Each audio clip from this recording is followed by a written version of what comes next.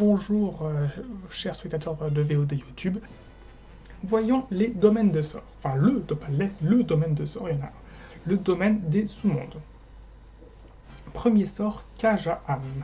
Kaja'am a une valeur de lancement de 6. Si lancé avec succès, choisissez une unité ennemie visible du lanceur et à 12 pouces ou moins de lui. Jusqu'au début de votre phase... si lancé avec succès, choisissez une unité ennemie visible du lanceur et à 12 pouces ou moins de lui. Jusqu'au début de votre prochaine phase des héros, l'unité choisie ne peut pas se replier. De plus, jusqu'au début de votre prochaine phase des héros, l'unité ne peut pas combattre à la phase de combat tant que les autres unités ennemies éligibles ne l'ont pas fait. Donc attention, y a une petite règle qui a été ici corrigée. Kaja'am, remplacez la dernière phrase par « En outre, jusqu'à votre prochaine phase des héros, l'unité choisie combat à la fin de la phase de combat. » Voilà. Donc là, ça change complètement. Ça change complètement les choses. Parce que dans le premier cas de la règle, ça voulait juste dire que votre adversaire devait choisir cette unité-là en dernière. Mais imaginons s'il avait moins d'unités qu'il devait taper, et bien ça n'allait pas empêcher de pouvoir faire frapper cette unité avant vos propres unités, si vous vous retrouviez avec plus d'unités que lui à être engagé au corps à corps à la phase de combat.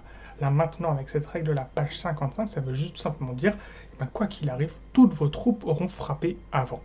Et voilà, là c'est beaucoup plus intéressant, ça devient un sort vraiment très très fort. Voilà, en plus c'est sur du 6+, alors vous allez me dire, le garde-fou, c'est que la portée est de 12 pouces.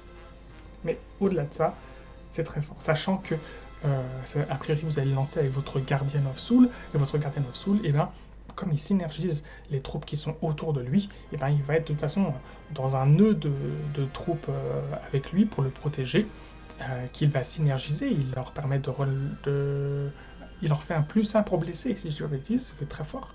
Et bien donc, vous allez avoir la possibilité normalement d'avoir votre adversaire, une unité adverse dans les 12 pouces. Donc voilà, il n'y a pas de problème. Train d'esprit, deuxième sort. Train d'esprit a une valeur de lancement de 4, donc très facile à lancer.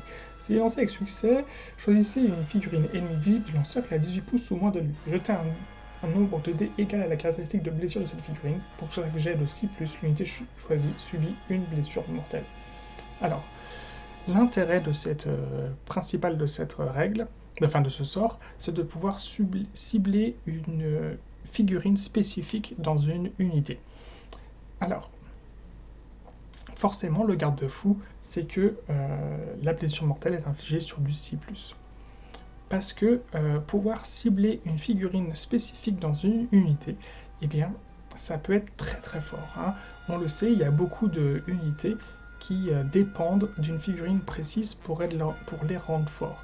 On a vu par exemple que les Shinra's Horde, donc les troupes de base, voilà, les Shinra's Horde, ont de base une bravoure, il me semble, je dis pas de bêtises, de 5 ou 6+.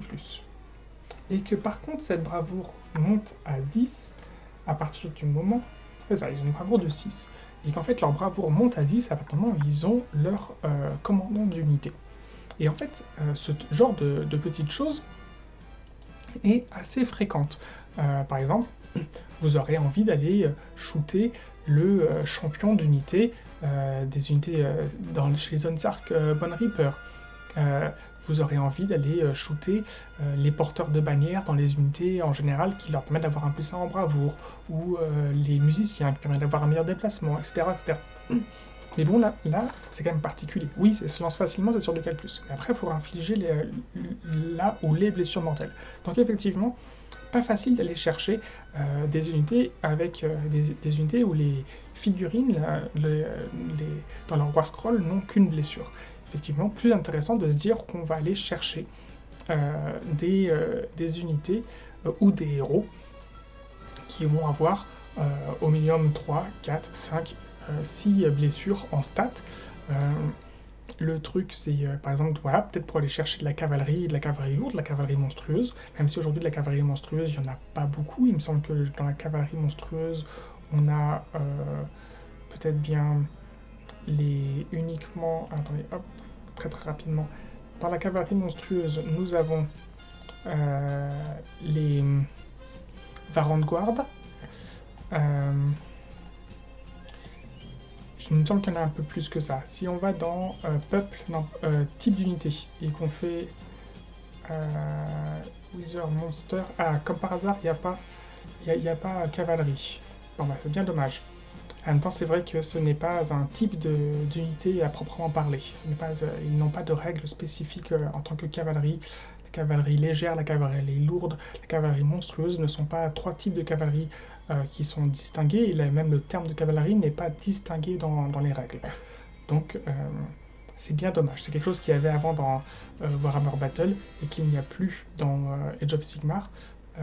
Quand je dis que c'est bien dommage, c'est pas que je regrette que les règles ne soient pas plus complexes, je dis juste que ce sont des options de règles qui pourraient être ajoutées. Je veux dire, dans un système de format compétitif. Par exemple, vous voyez, on a le format en jeu libre où on a juste nos PDF de base, et puis dans le jeu égal, on peut avoir un peu plus de règles, comme c'est actuellement, et il pourrait avoir même le format compétitif, dans le format compétitif, et voilà, avoir encore un peu plus de règles, pas forcément qui alourdiraient la complexité du jeu, mais qui seraient des choses à prendre en compte sur certaines choses, notamment, par exemple, en ce qui concerne la prise d'objectifs pour ces unités.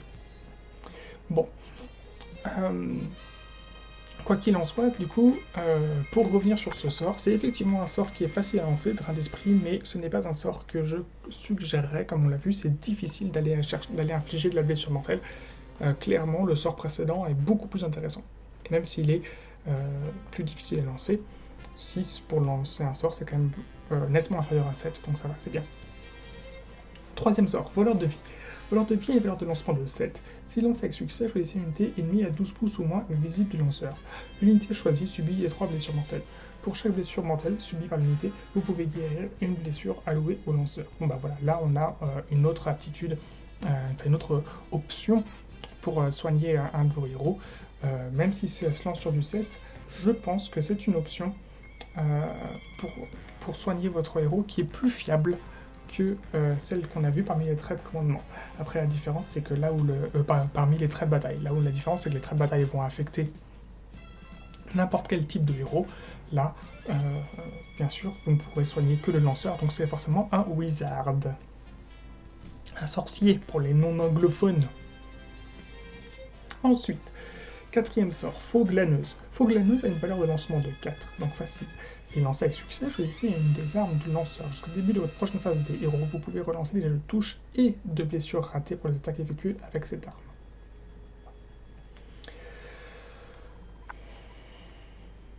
Alors actuellement, des sorciers dans l'armée, il y en a 3.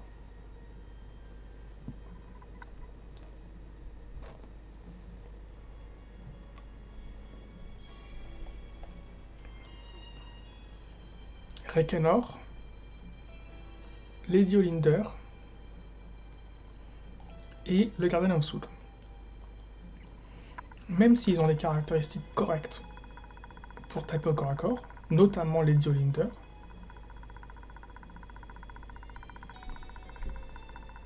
leur rôle, alors s'il y a bien des unités qui en l'occurrence là n'ont pas pour rôle de se prendre de risques au corps à corps, c'est bien eux. Donc là, on est sur un sort qui est malheureusement, même s'il se lance facilement, qui est complètement anecdotique. Cinquième sort, Brume sépulcrale. Brume sépulcrale a une valeur de lancement de 6. Si lancé avec succès, choisissez une unité Nighthound amie visible du lanceur et entièrement à 12 pouces ou moins de lui. Soustrayez 1 au jet de blessure pour les attaques qui ciblent l'unité choisie jusqu'à votre prochaine phase des héros. Donc là, on est sur un sort beaucoup plus intéressant. Hein. De toute façon, on le constate, hein, on est sur le moment où on peut gêner l'adversaire, et bien on est content. Là, l'intérêt, c'est que vous allez en fait protéger une de vos unités de manière significative. Hein.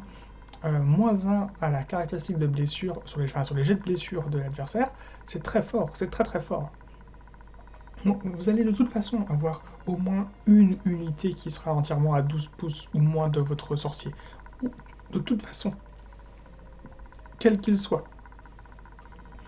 Et l'intérêt, c'est que soustrayez 1 au jet de blessure pour les attaques qui ciblent l'unité choisie jusqu'à la prochaine phase des héros. C'est toutes les attaques. Le tir et le corps à corps. Et c'est toutes les unités qui vont pouvoir les cibler. C'est en fait, ça va gêner toutes les unités adverses. Donc ça c'est très fort. Et ça se lance sur du 6. Donc là on constate quand même que les deux sorts très intéressants, Cage à âme et Brume spectrale, se lancent sur du 6, donc pour l'instant on est content. Ensuite, dernier sort, Canule spectral. Canule spectral a une valeur de lancement de 6. Si lancé avec succès, choisissez un héros Nighthound à 12 ou moins du lanceur et guérissez des 3 blessures qui ont été allouées à cette unité. Bon bah voilà, nous avions le troisième sort, voleur de vie, qui permettait de soigner et d'infliger quelques dégâts à l'adversaire. Et tout simplement, soigner en contrepartie votre sorcier. Cette fois-ci, si vous préférez ne pas prendre de risques et pouvoir soigner n'importe quel héros, vous prendrez Canule spectral. Sachant que l'intérêt, c'est que, par la différence par voleur de vie, ça va dépendre de si vous arrivez à infliger les blessures mortelles à l'adversaire. Il n'est pas négligeable, hein, il faut quand même prendre en compte que il n'y a pas que les Nighthound qui ont un Feel No Pain. Il y a pas mal d'autres unités et d'autres héros dans des factions adverses qui ont aussi accès à des règles de Feel No Pain. Donc il n'est pas évident que votre troisième sort, voleur de vie, réussira à infliger ces D3 blessures mortelles à l'adversaire. Donc effectivement, pour entre guillemets rajouter un petit peu de tankiness, de résistance, de survivabilité à vos différents héros, et ben, le sixième sort, Canule spectral, sera tout indiqué. Néanmoins, pied en plus, le premier sort, Cage à âme, et le cinquième sort, Brume sépulcrale, clairement sont les deux sorts que vous allez avoir envie d'utiliser le plus régulièrement possible. Je vous remercie pour votre attention YouTube et chers spectateurs de YouTube.